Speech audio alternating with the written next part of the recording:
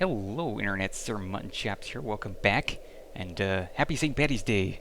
I may be a day late in saying so, but I'm going to say it nonetheless. I hope you all rang in the Irish New Year well and safe.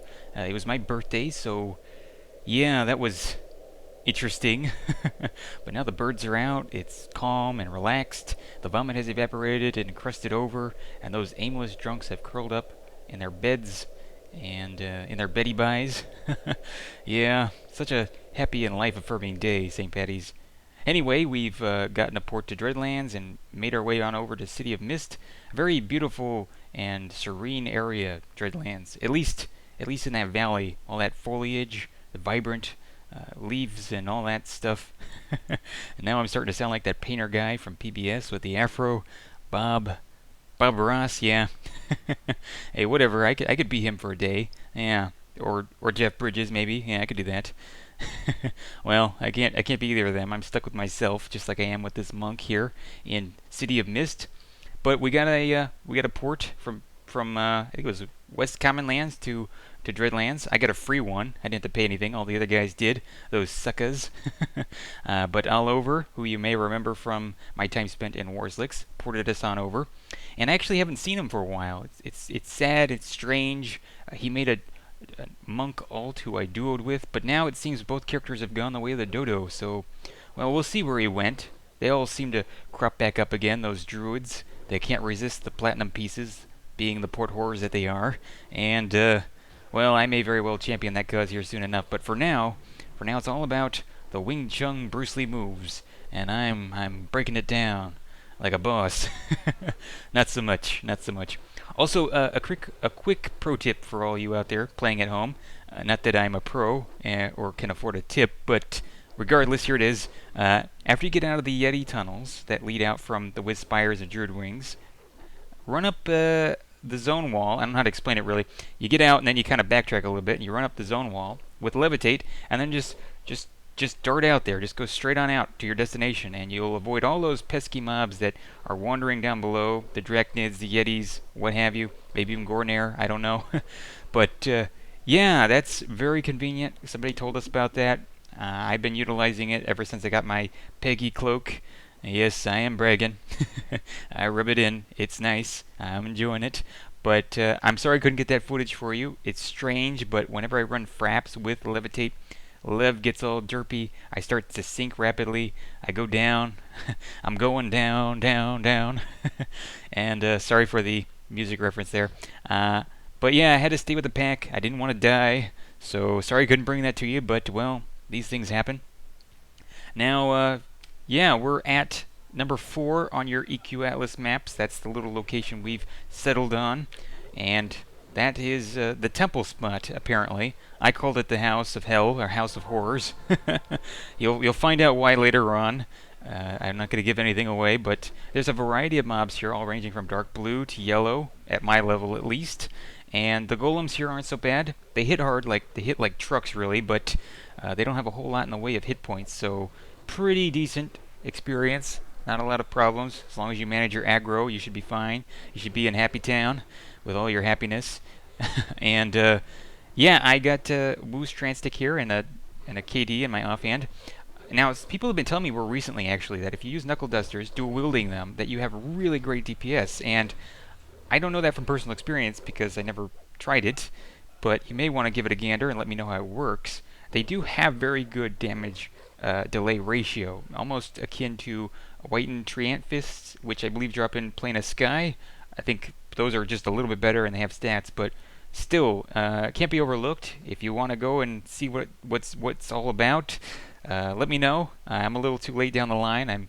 I'm holding down with two-hand blunt, but yeah, just gonna throw that out there. Anyway, let's get to a head count. We've got Visigoths here, who's our chamois. He's all about the hastes and the buffs. And seeing as I don't have a flowing black silk sash right now in this footage, it's much appreciated. Although flowing black silk sash only gives 21% haste, so yeah. But you know, haste on any monk is godly. So take what you can get.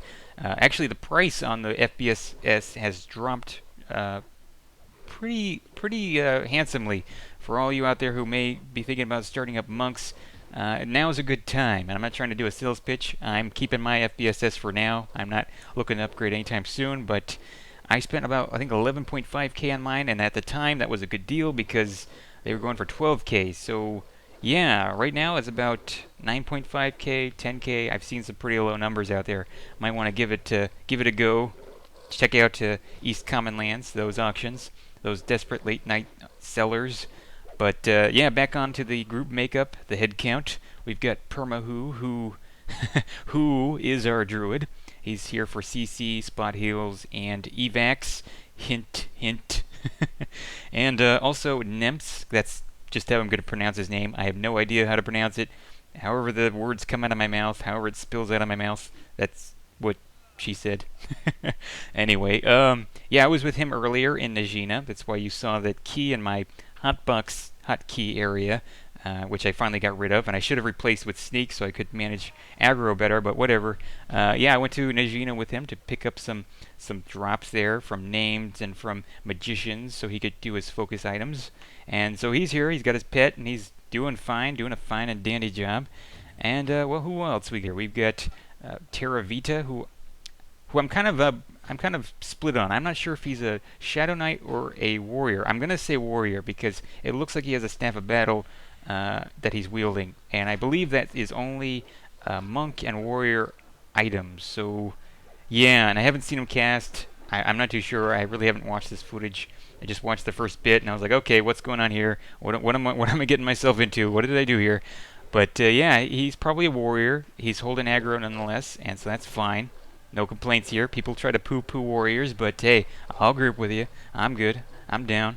And yeah, we got Midu here as well. He's the guy who dragged me here. I place all the responsibility on his shoulders. Whatever happens from here on out is all on him.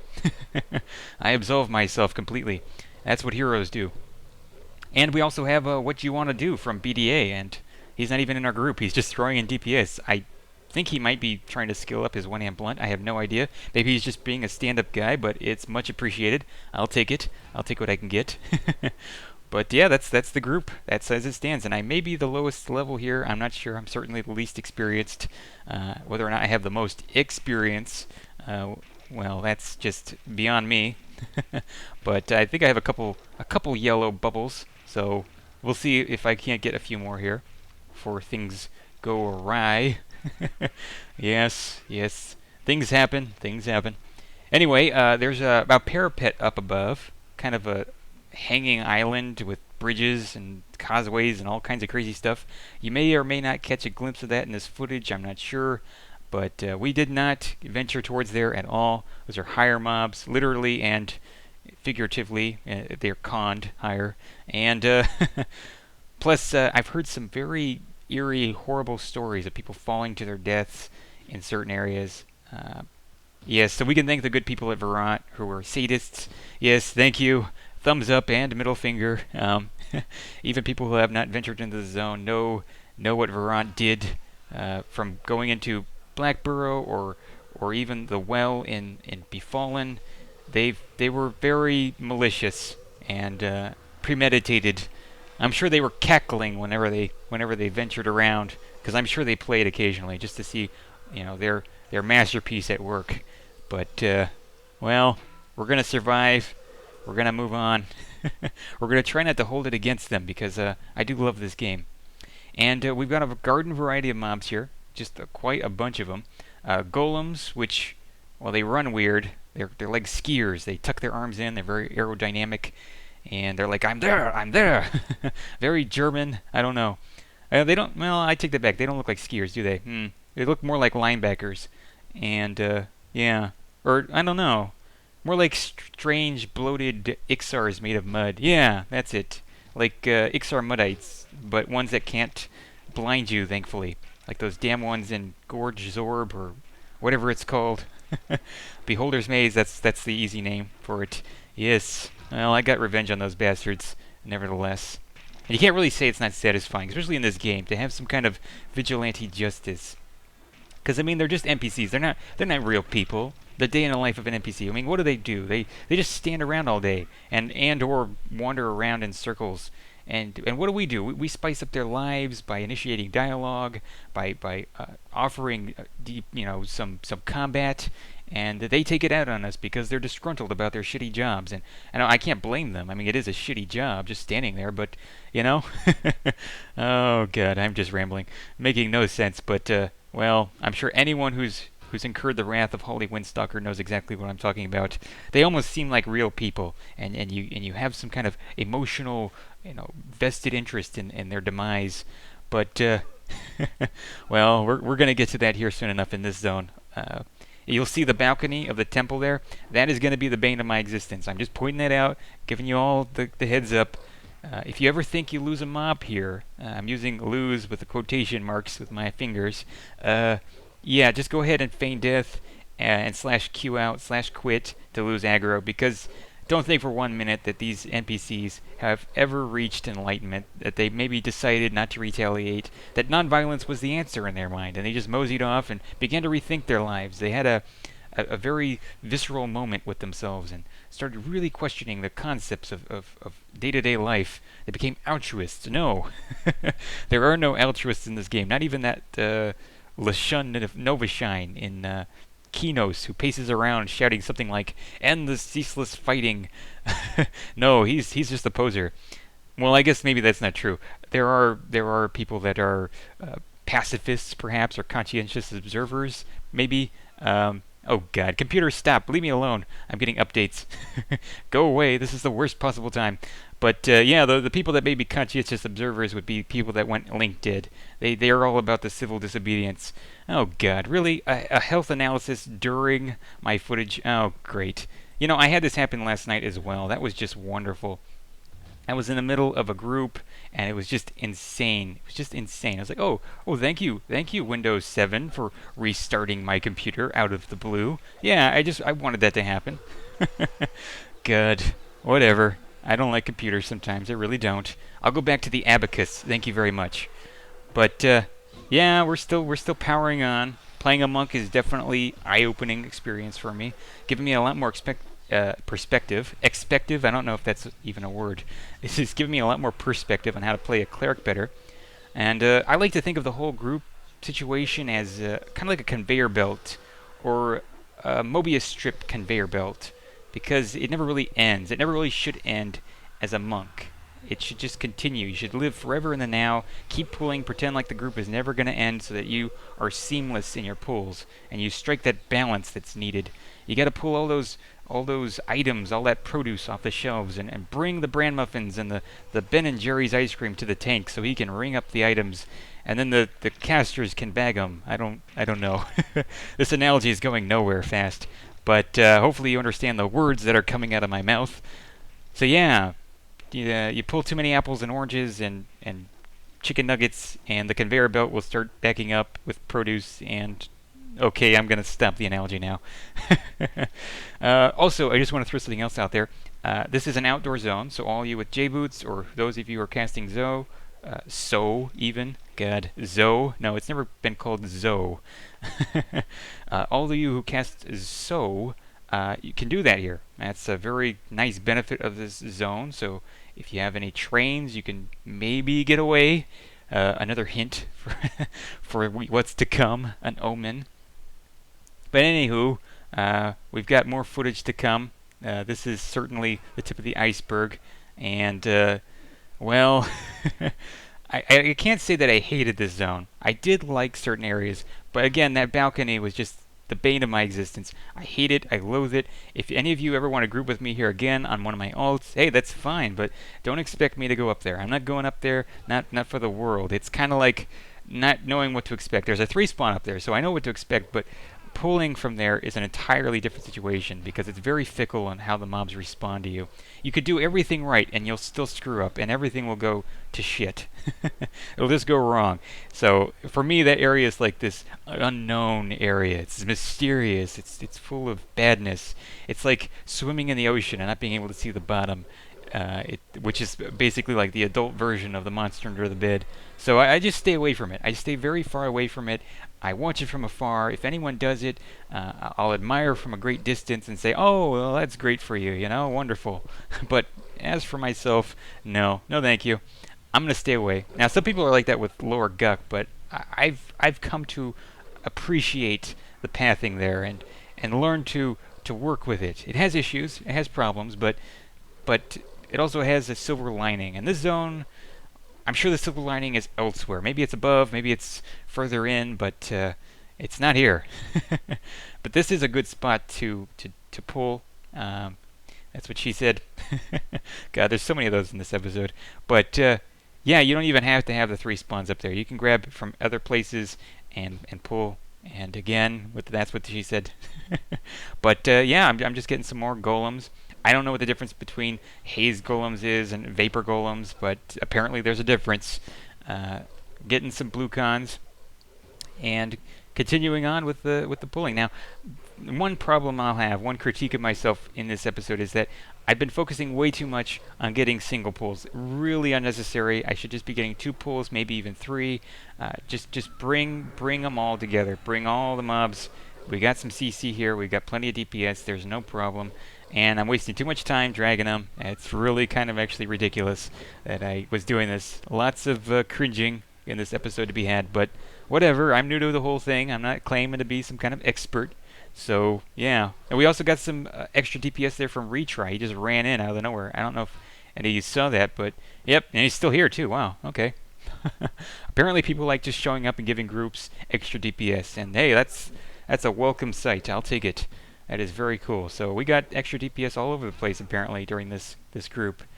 But yep, Terravita's still holding aggro, and I'm soldiering on. It's not too bad, not too shabby. I'm doing well for myself, I could say. Anyway, it's funny. I'm having some really interesting conversations with some of you in game. I was contacted by somebody on their alt, and I'd forgotten their name because so many people have been making so many alts. So I was like, "Who is this?" And they're like, "This is nobody." And I'm like, "Well, that's something Charles Manson said. Are you Charles Manson?" And they're like, "Well, no." Of course they're not Charles Manson. He's locked up, let's hope. But yeah, we were talking about it, I was thinking about it. It's like, if Charles Manson were to play Everquest, what would he play? What class would he choose? And I would have to say Enchanter because of the crowd control. He's just, the manipulative kind of angle, that sort of thing, turning people on each other. Yep, that's probably what he would do. Anyway, I've moved away a little too late again from the mob. I should have left about 10% or even 15%. And I got the nice little hole there in the bridge, which I have to work my way around so I don't fall into the water, which luckily I did not do during any pulls. I did fall through it on my first go, but that was going towards the mobs and not away from. And we've got 2 spawn here, so let's hope I just go ahead and pull both of them without trying to split them up before the other mob spawns. Come on. Oh, come on, man. They all right. We get it. They know that there's a 2 spawn. We've got crowd control. Just come on, make with the mobs. There you go. Looking back, making sure I don't have any ads. God, facepalm. Just do your job, man. Everything's okay. I think I was just a little too overcautious in this group. I think that's the word, overcautious. Not having enough faith in my group mates. We've got a lot of power behind us. Not a problem having 2 mobs, even 3. Hell, we could probably even have handled 4. It wouldn't have been ideal, but 3 and 2, those are fine numbers. So I suggest anyone that's has the job of pulling here to go ahead and just grab 2 or 3 if your group makeup looks like this, especially if you have a shaman, especially if you have good DPS. Definitely is the choice. Pulling a single mob, not very smart, no. not bow ideal. So you wanna grab at least 2. It's Noah's Ark, and well, instead of preserving the creatures, you must kill them. One by one. It's a slaughterhouse. Slaughterhouse 5. Yes, I'm now doing literary references. Thank you very much. I'm also available for kids' parties. And I do stand-up comedy for drinks. That's what I was doing last night. And no, yes, that would be actually a very sad birthday. Doing stand-up comedy in a grungy, dingy bar somewhere for drinks. Yes, yes, that is well, I guess that's a life somewhere. Maybe somebody did that. Maybe somebody's birthday was on St. Patty's Day, and they thought, hey, you know what? I want to be a stand-up comic. I want to go out there and make the world laugh. So I'll do it on my birthday in a grungy bar somewhere, where there's piss on the floor and cigarette stains and all that, or people have cigarette stained teeth and whiskers and all that. I don't know. I bet there's a bar out there like that. I've got a few nearby that are very, very, well, very lowly, but interesting nonetheless. Again, from afar, kind of like that balcony, the balcony on this in this temple. I don't dare go in, but well, it's interesting. I'm sure there's a lot of characters in there, and well, they probably would train me as well. And I think I let the cat out of the bag there as far as hints go. But well, you'll see. You'll see what comes of it in the next episode. It is not pleasant. It is certainly not what you would want on your even worst day of pulling. So yeah, I seem to have a knack for that. I have the knack. If anyone's seen that Dilbert meme or little strip, comic strip, I have the knack. The knack for bringing badness. But I also have good luck sometimes. So hey, you take your good with your bad. That's how it goes. That's how this game works. That's how life works sometimes.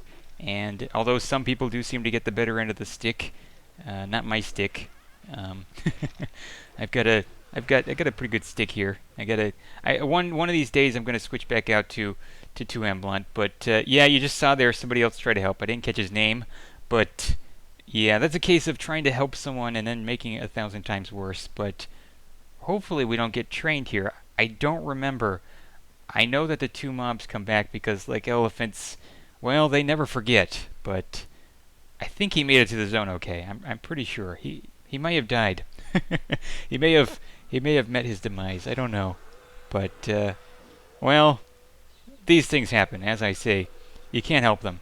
So anyway, we're gonna go ahead and move on. Got some part 2 coming up, which will be entertaining and depressing for me.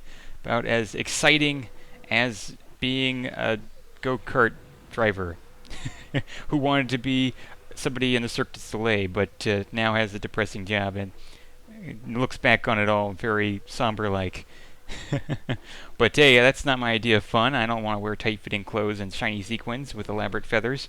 My idea of fun is more footage, and that's what's on the way, so stay tuned.